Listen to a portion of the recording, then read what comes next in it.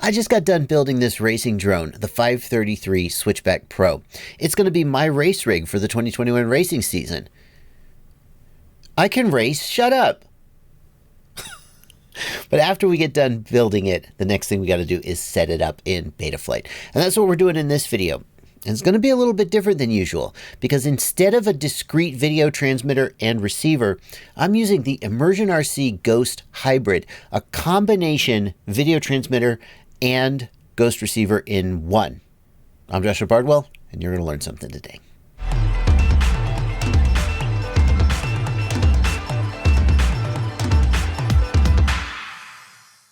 Hey there folks, Joshua from the future here. Before you get into this video, I must tell you there are two things I'm going to suggest you change about how the quadcopter was built.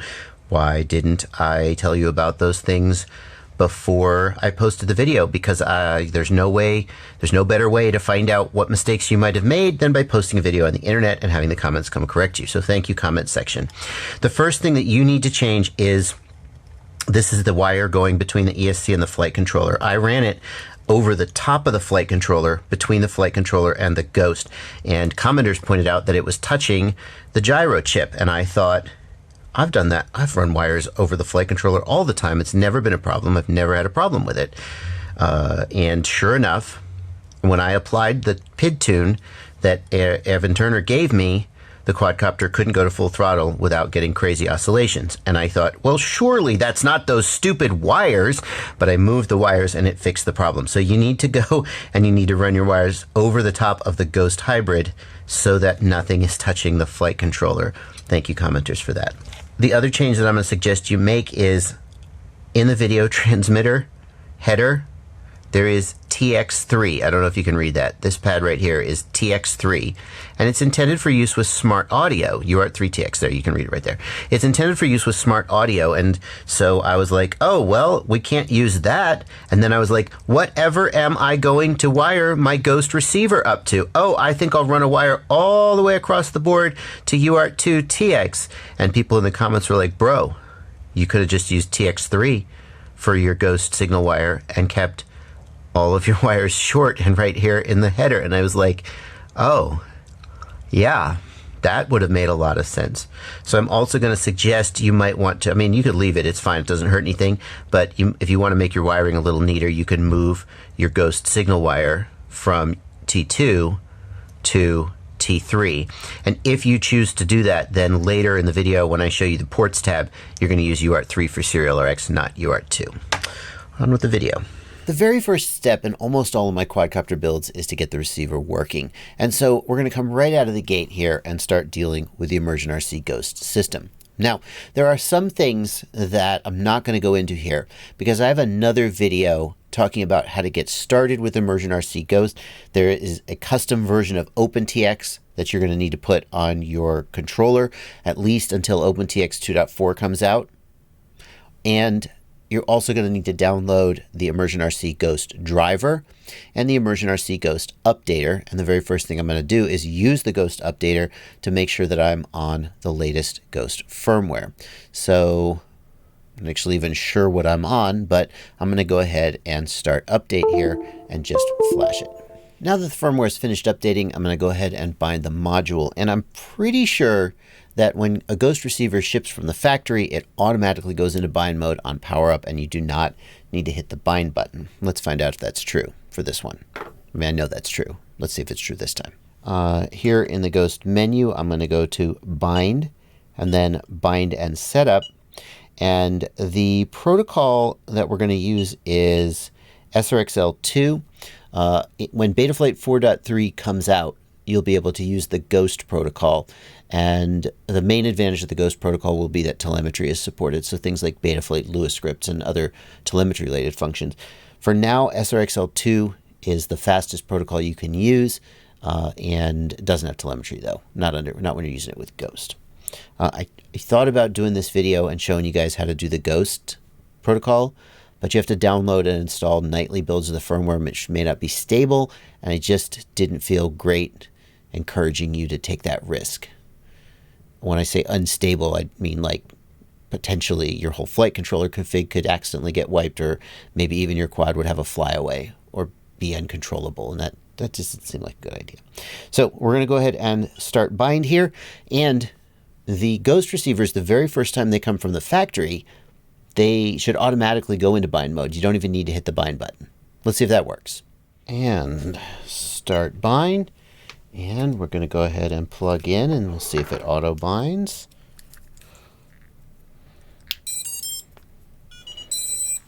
Oh, there we go. Yep, bind complete. And we have solid green LEDs there. And apparently it doesn't need to do a firmware update either. So it may ask to do a firmware update, in which case you should totally do that.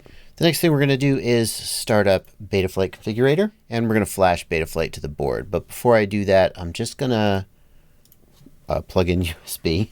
Yeah, that's kind of necessary. And I'm going to look up here in the upper left at my target name. It is Acon F7. And normally I would also back up my configuration here, but I don't. It's a factory fresh board, so I don't have any configuration to back up. So I'm just going to go ahead and flash it.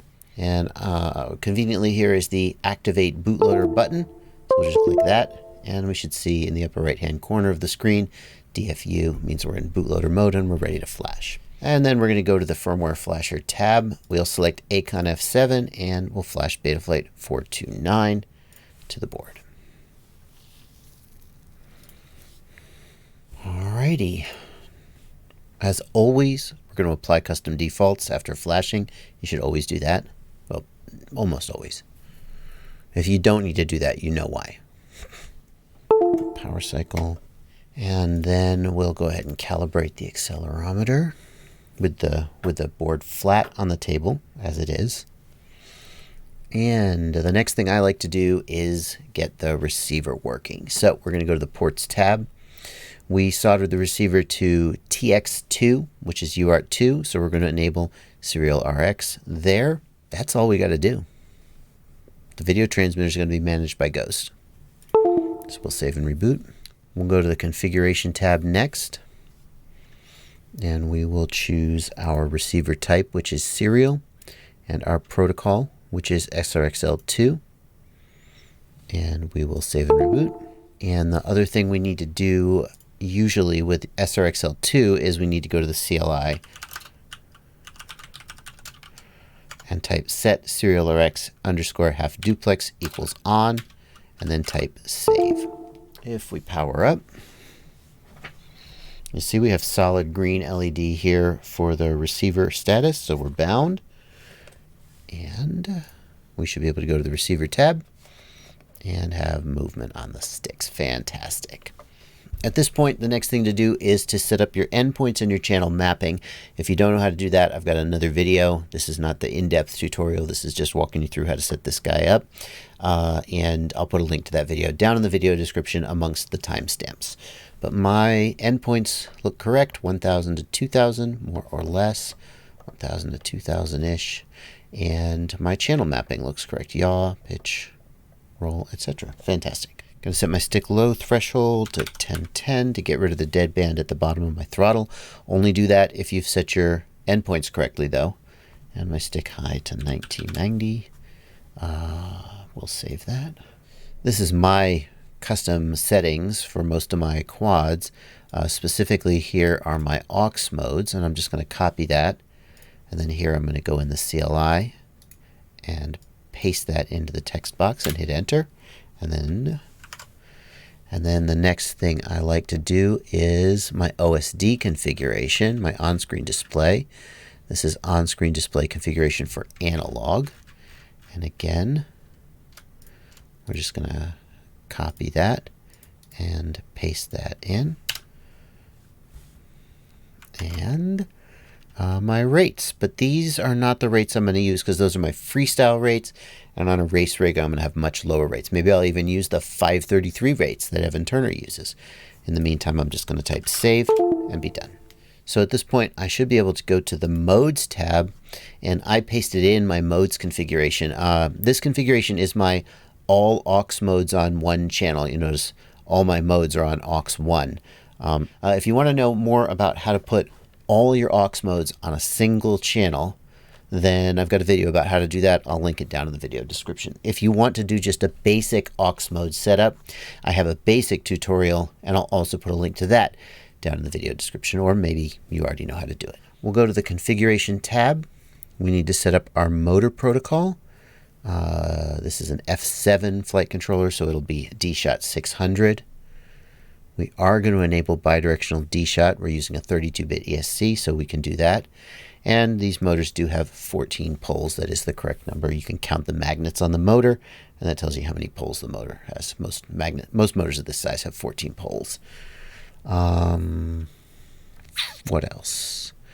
Maximum arm angle.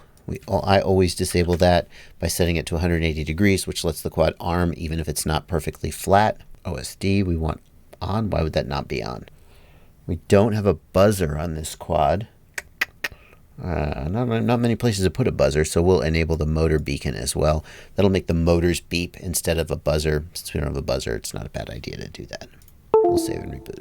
We'll go to the motors tab, and we want to see 0% errors here. That confirms that bidirectional D-Shot is working correctly. The next thing we're going to do is we're going to check our motor direction and see if we need to reverse the direction of any of these motors. And what I'm going to do is I will just raise these sliders one by one. First, I understand the risks. Props are off. My props are in fact off. I'm going to raise motor slider number 1. I'm going to look up here at the diagram, and I'm going to confirm that the correct motor position begins spinning in the correct direction. Always compare to the diagram, because if you're going off your memory, you may remember that the motors are set up, but the flight controller may not expect them to be set the same way you do. And so by comparing to the diagram, you always confirm that your memory and the flight controller agree. So I'll just click on that, press the up arrow, and it'll begin to spin. And let's check the direction is, we're racing. We're racing. For racing, we want props out. Configuration tab, motor direction is reversed. That doesn't reverse the motors, but it tells the flight controller that you're gonna reverse the motors. I'm gonna. You want props out for racing, in case you didn't know, because the props spinning outwards like that makes the quad bounce off obstacles. Like if you hit a gate, it'll bounce off and be more likely to stay in the air. I understand the risks. Click. I'm going to hit the page up key and it'll begin to spin. We want counterclockwise. And it is. Yay. And it's the right position. Motor number 2. Click. Page up. We want clockwise. It is not. It's counterclockwise. So we need to reverse motor number 2. Motor number 3. We want clockwise. It is not. Motor number 3 needs to be reversed. And motor number 4, we want counterclockwise. Yep, motor number 4 is fine. So we need to reverse motors 2 and 3. I'm going to start up BLHeliSuite 32. There's a link in the video description where you can download it. I also have a video about BLHeliSuite 32 and how to get it installed if you need to. I'm going to select my COM port for my flight controller and connect. I'm going to hit read setup. Good. We're on 32.7. I don't think we need to go to 32.8. The main feature that they added for 32.8, variable PWM frequency, I'm not too concerned with.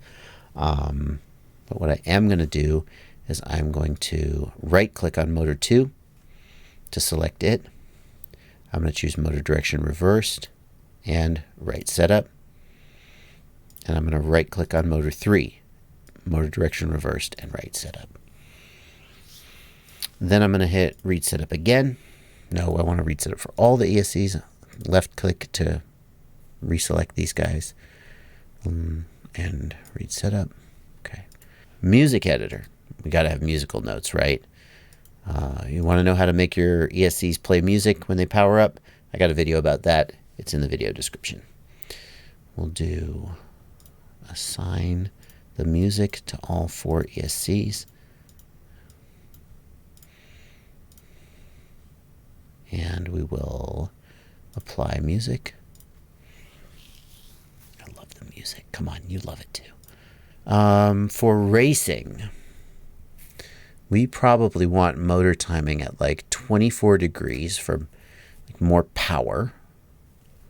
And I'm going to guess that we want lower PWM frequency for like more torque and less smoothness.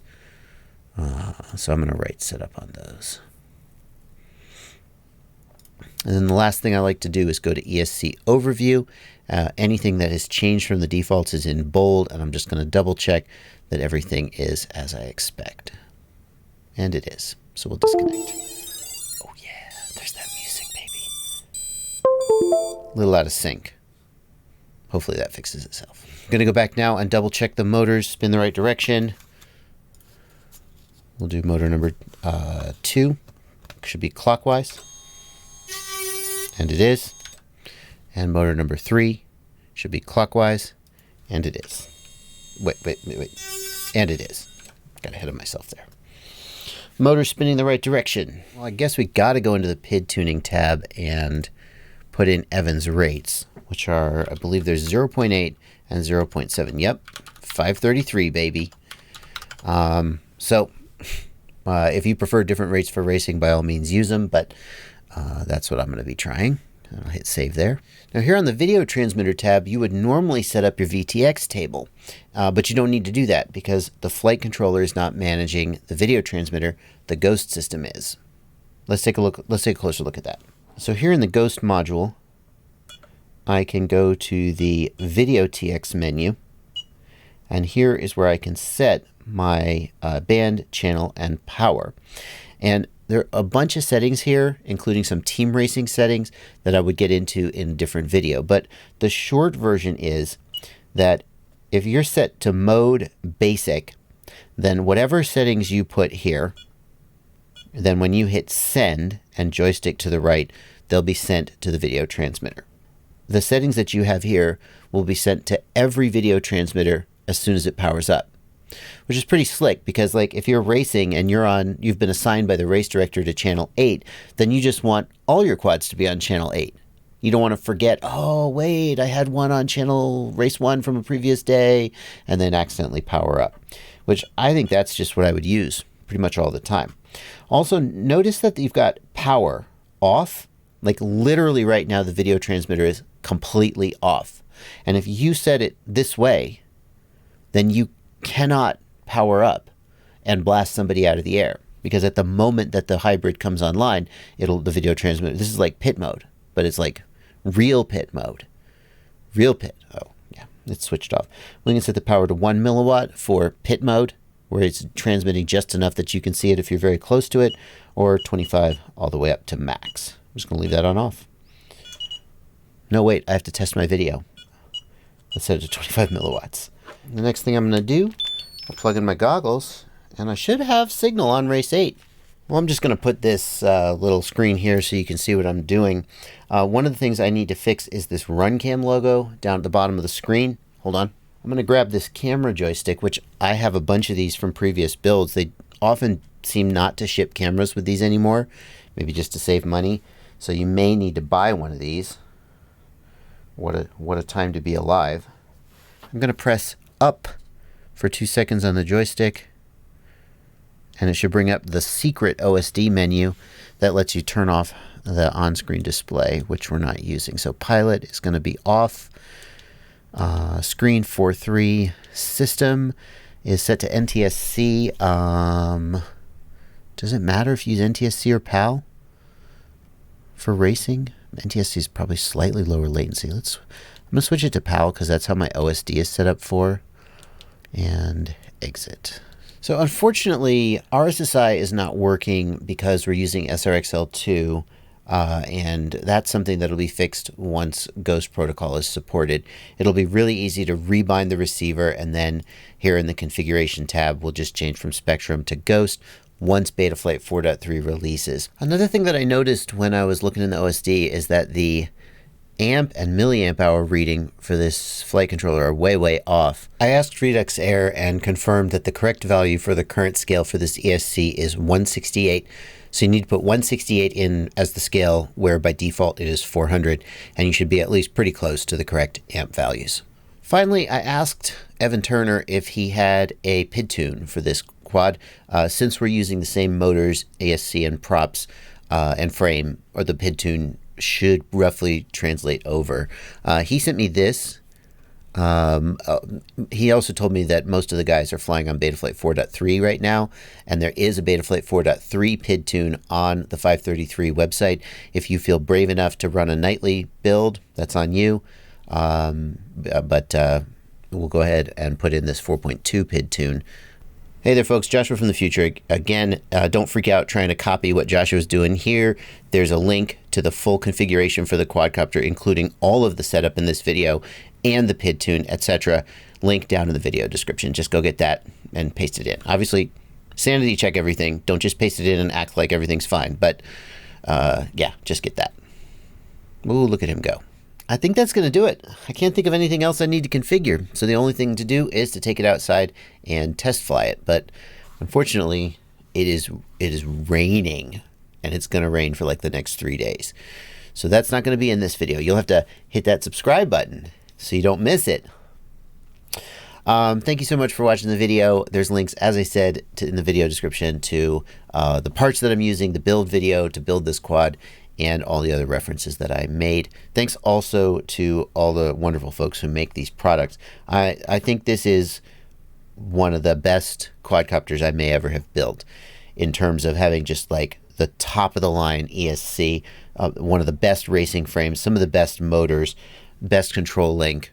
I mean, if not the best, then certainly up there. And I'm super excited to get to fly this thing and hopefully get my skill level on a level where I feel like I'm worthy of it. But that's going to do it for now. Thank you so much for watching, and happy flying. Do you see this baby? Isn't he cute? Hit the subscribe button.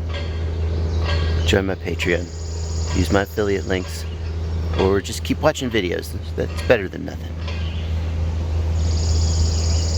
Go, go, gaga, subscribe to my daddy.